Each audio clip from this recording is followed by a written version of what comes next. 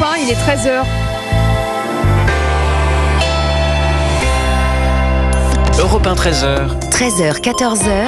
Céline Géraud. Bonjour à tous, bienvenue à bord Europe 1, 13h. C'est votre rendez-vous d'information de la mi-journée sur Europe 1. Dans ce journal, 60 milliards d'euros à trouver. Le projet de budget esquissé par Michel Barnier a fait réagir Gérald Darmanin, qui le juge inacceptable. À quoi joue l'ancien ministre de l'Intérieur et des Comptes publics?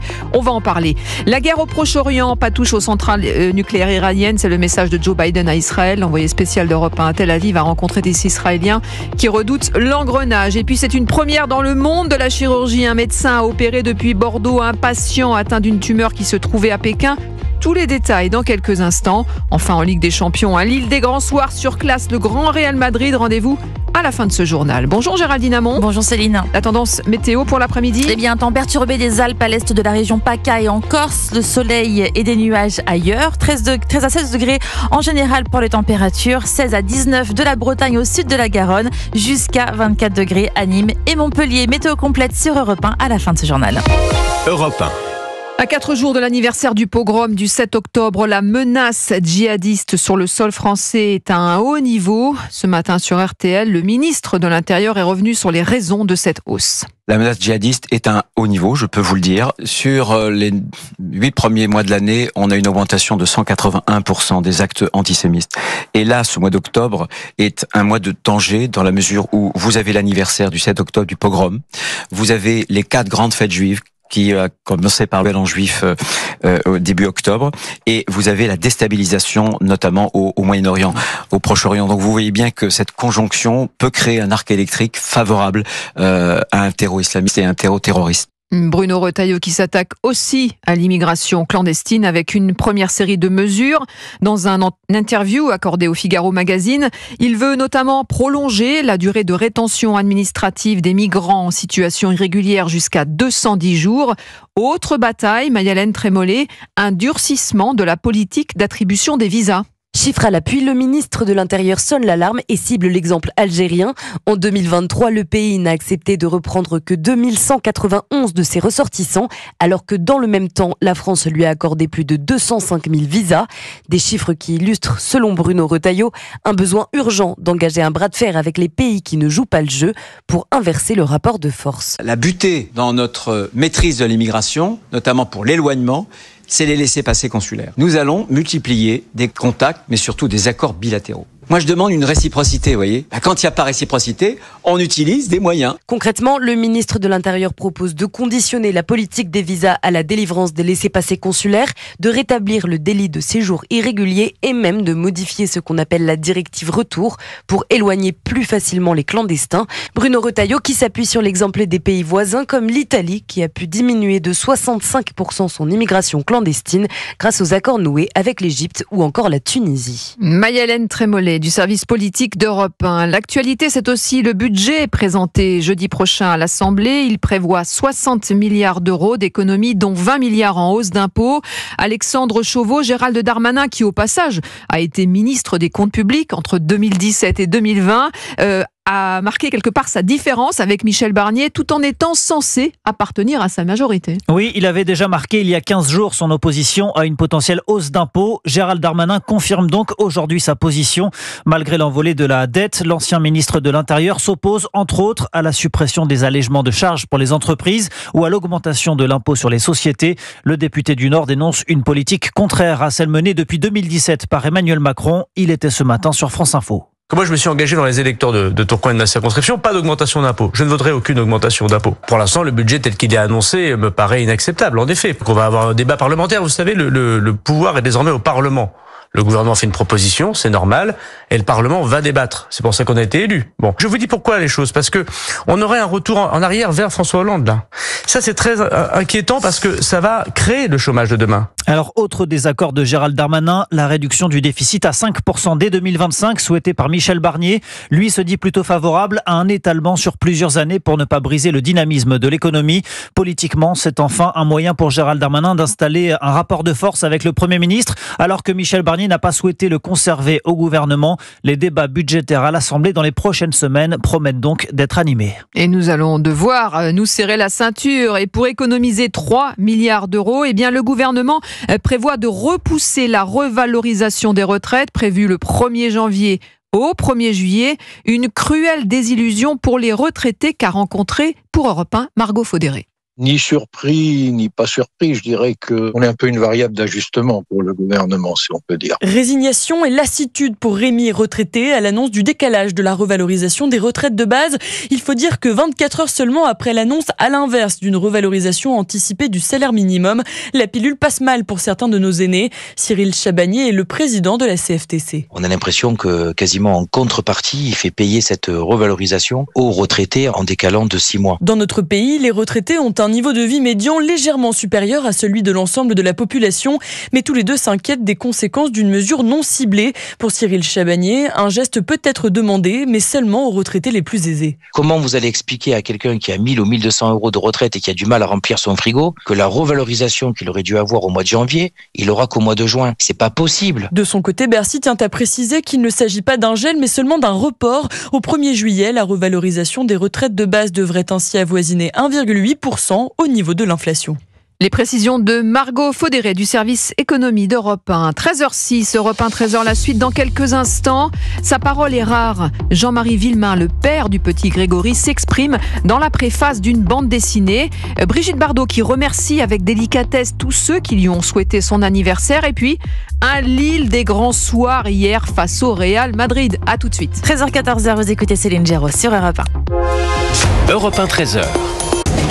13h, 14h. Europe 1, 13h. 13h08 sur Europe 1, la suite du journal de Céline Géraud. Et dans ce journal, Céline, près de 40 ans plus tard, l'affaire Grégory refait l'actualité.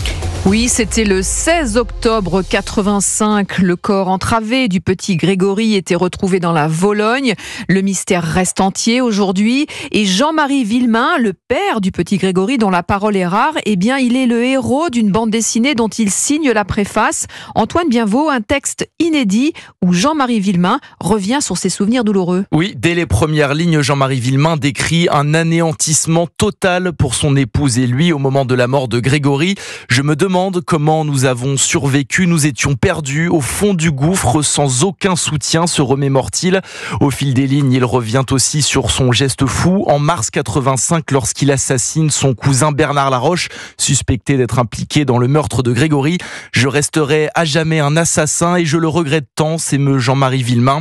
Aujourd'hui apaisé mais pas endurci selon ses mots, l'homme de 66 ans déplore aussi aujourd'hui et à l'époque l'attitude, je cite, de policiers, de magistrats ou de journalistes qui s'expriment sans scrupule ni honte et en profitent pour dire n'importe quoi.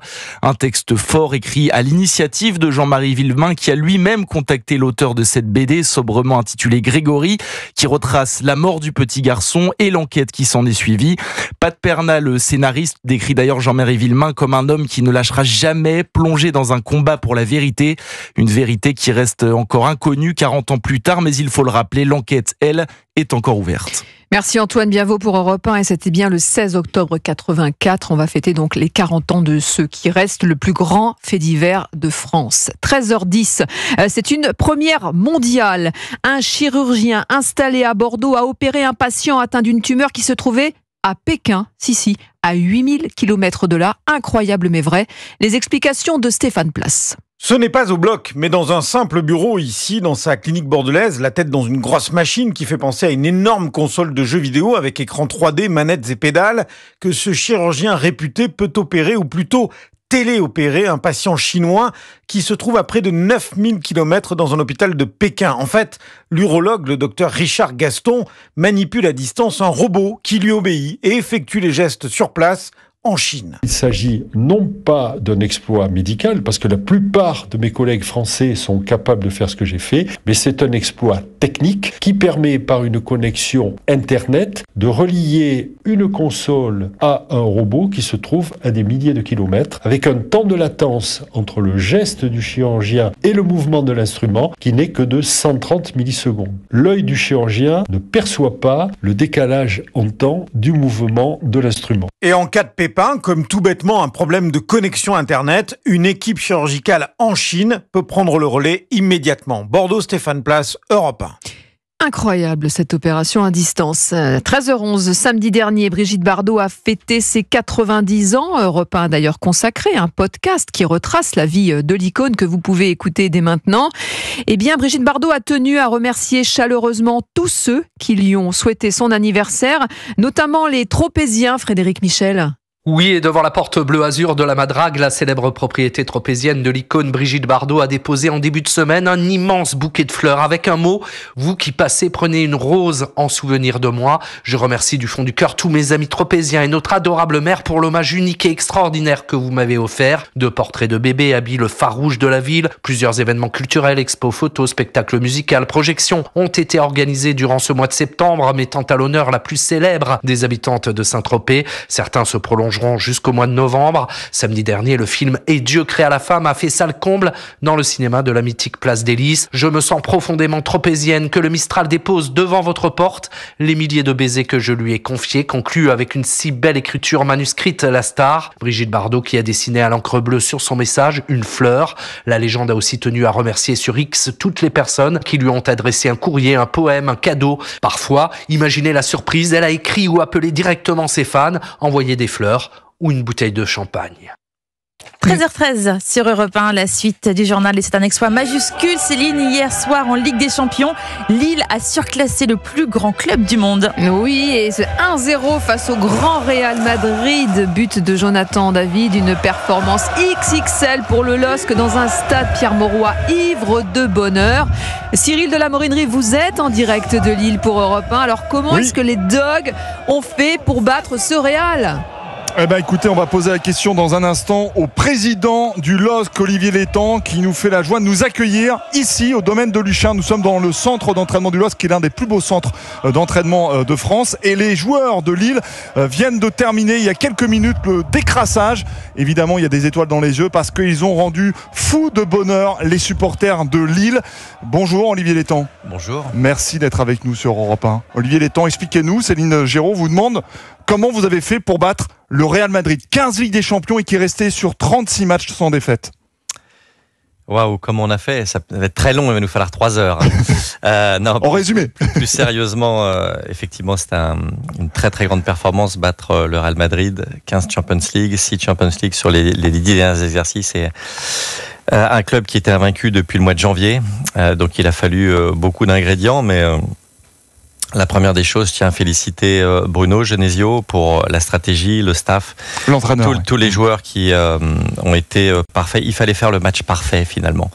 Et c'est ce qui s'est passé. On a eu de la réussite, mais je voulais surtout qu'on soit conforme et en adéquation avec nos valeurs. Notre ADN, c'est de gagner, vouloir toujours gagner, et surtout les valeurs du Nord qui sont le combat, la solidarité, l'engagement, la résilience, le don de soi. Et c'est vrai qu'il a fallu ça et bien évidemment de la qualité et du talent pour pouvoir battre ce grand club. Et vous avez conscience que c'est le plus grand exploit de l'histoire du club ? Ça n'était jamais arrivé. Alors, le Real Madrid, Olivier. Alors c'est la première fois que le LOSC jouait le Real Madrid et même avant la rencontre, tout le monde nous disait que c'était probablement la plus grande rencontre de l'histoire dans le nord de la France. Nous, on a du mal effectivement à réaliser pour l'instant, mais c'est vrai que c'est une ligne formidable sur le palmarès du club. Et voilà, on vous retrouvera demain à 21h, 22h dans le studio des légendes avec Jacques Vendroux, Olivier Létang. Merci beaucoup. Merci Cyril de la Morinerie en direct de Lille pour Europe 1. Et 13h15, on fait un point sur les marchés avec vous, Claire Lemaître de Boursier.com. Un marché en baisse. Oui, après une pause hier, le CAC 40 repart déjà en baisse, moins 0,6%, 7530 points. Un marché toujours plombé par les tensions au Proche-Orient. Et puis, on suit la politique en France. Selon une information du journal Les Échos, le gouvernement veut augmenter les prélèvements sociaux sur les jeux d'argent et les paris en ligne dès 2025. Information qui fait plonger la Française des Jeux. Le titre FDJ lâche 9%. Du rouge aussi pour Bouygues, qui a abaissé plusieurs de ses objectifs, notamment côté télécom, et l'action perd plus de 4%. Les marchés en Europe, Francfort 7,05, mais Londres gagne un petit 0,3%, moins 0,6 pour le CAC 40 à Paris, 7530 points. Merci Claire Lemaître de boursier.com. Géraldine Hamon. La météo maintenant, très pluvieux au sud. Oui, exactement, Céline, et en Corse notamment, où des pluies encore passagèrement soutenues arrosent l'île. Ces averses deviennent plus faibles au fil de l'après-midi. La vigilance orange de ce matin est d'ailleurs levée sur le sud de l'île. Les Alpes et la Côte d'Azur sont aussi exposées à des ondées plutôt orageuses dans l'intérieur des Alpes-Maritimes et neigeuses au-dessus de 2200 mètres d'altitude. Sur le reste du pourtour méditerranéen, le soleil est au rendez-vous malgré un vent fort avec des rafales qui atteignent jusqu'à 90 km/h.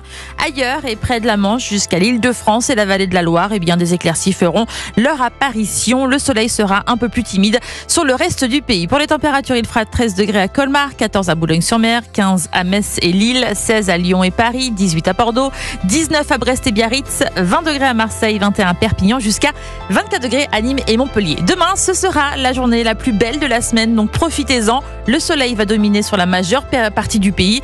Attention, ce sera tout de même encore instable sur la Corse et l'extrême sud-est. Céline. Merci Géraldine Hamon. On reste ensemble évidemment jusqu'à 14h. Dans quelques instants, on va décrypter l'actualité. On reviendra notamment sur ces rassemblements pro-palestiniens à l'intérieur de Sciences Po qui sont toujours organisés et pourtant l'établissement a changé de direction.